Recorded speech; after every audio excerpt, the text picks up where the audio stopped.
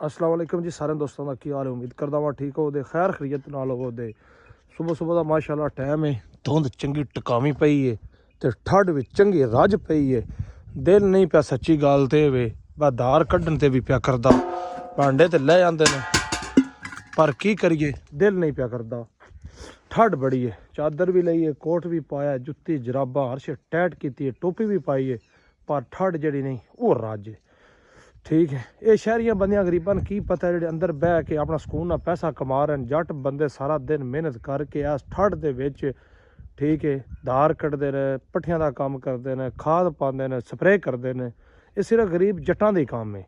लेकिन जोड़े शहरी बंदे ने उन्होंने तो उत्थे बह के जी आ शहर जी 400 दी, आ शहर जी 500 दी दे के ते अपना बिल्कुल वेले ते ठंड जबदे पे हाँ असी जबदे पे हाँ। या साडा वेखो माल डंगर गरीब किवें होया पिया हर शह ठीक है। और वाड़े वाला भी सारा सैट अपना इंज ही माल बेचारे का होया पिया।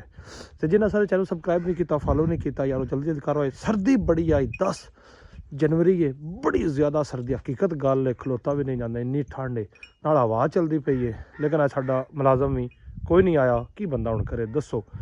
ठीक है, उनके टायर खराब होए पैन ठीक है, वो टायरों तो टुरन तो मजबूर होया पिया। दसो साडे भी तो टायर इन्ना हुण असीं कड्ढन लगे धार भांडे छांडे ले आंदे ने, पर सच्ची गल ते वे यार दिल नहीं पिया करदा। की बंदा करे की बंदा ना करे, ठंड नहीं है। क्या सारे पूरे पंजाब विच इंज ही ठंड है कि कुछ इलाकों फर्क भी है? थोड़ा थोड़ा जरूर दस्या जे, जिते जिते ठंड ज़्यादा पै रही है, घट पै रही है, बाहली पै रही है, जरूर दस्या जे। साढ़े कोल बड़ी है जिला हाफजाबाद दे तोबा तोबा गल छड्ड ते मुड़ असीं दरिया दे उत्ते आ, कोई मैं सैलाब आया, इस तो ठंड ज़्यादा नहीं थे मैनूं ते ही लगता है। तो अज साडा गोया शोया भी उवें सट्टण वाला पिया है, क्योंकि मुलाजम आया कोई नहीं। तो वेखो लालियां बेचारियां सवेरे सवेरे ठट्ठ लै रही ठंड दे विच इंजॉय कर रही हैं। तो असी बाल भी इंजॉय पता ठंड दे विच ठंड होवे तो बाल ज़्यादा बाहर निकलते आउंदे जाते हैं, उन्हें ठंड नहीं लगती। लेकिन जिमें जिमें उम्र से उतां लगी जाती फिर उवें भी ठंड लगती। हुण असी जो हो गया फुल बटा फुल उतरियां 31 सालों की उम्र टुर गया, लेकिन हुण ठंड लगती है। हकीकत गल पहले सानूं भी कोई नहीं लगती। चल कर्मा वाले हुण बस भी कर हुण कोई सानूं भी साडे जोगा भी रहण दे, ठंड बड़ी आ जाओ इन हुण इत्थे बंदे आ इस जगह ते आए। चल हुण इत्थे तुरो इत्थे रहो, बस बस बस ठीक हो गया ठीक हो गया। भांडे लविए तार कढ़िए, ठंड यार बड़ी है, दिल नहीं पिया करदा हकीकत गल है। चलो हुण कोई धार वाला गुजारा करते हैं। अस्सलाम वालेकुम जी सारे दोस्तों का की हाल है? उम्मीद करदा वां ठीक हो खैर खरीयत नाल हो दे। अज असीं काम चले हैं फौतकी एक हो गई है मौजमाबाद उत्थे चले हैं तो सफ़र दे विच अजे तो फिलहाल जेह्ड़े असीं ना अज तक सवारी बिठानी है नाल फिर जाना, क्योंकि अज धुंध भी बड़ी है तो सर्दी भी बड़ी है।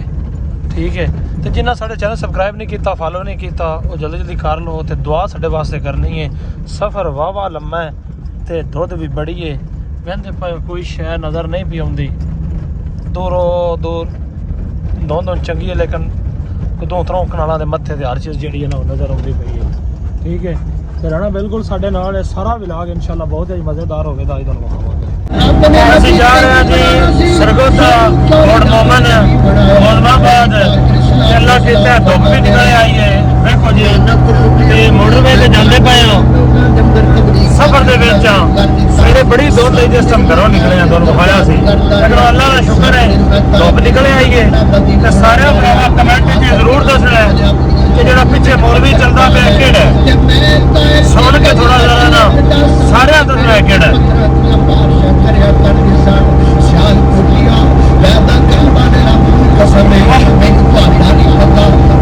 ਅਸੀਂ ਪਹੁੰਚ ਗਏ ਹਾਂ ਦਰਿਆ ਜਨਾਬ ਦੇ ਨੇੜੇ ਬਿਲਕੁਲ।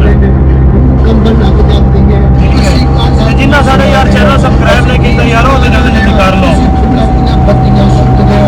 आ जनाब रक्शे जा रहे नवे 0 मीटर कहते पे हो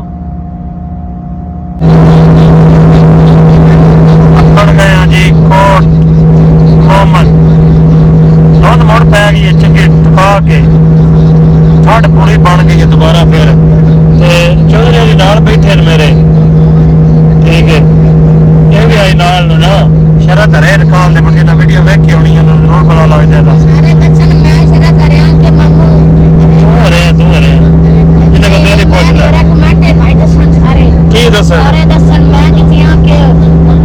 ਤੂੰ ਹਰਿਆ ਆ ਬਾਬਾ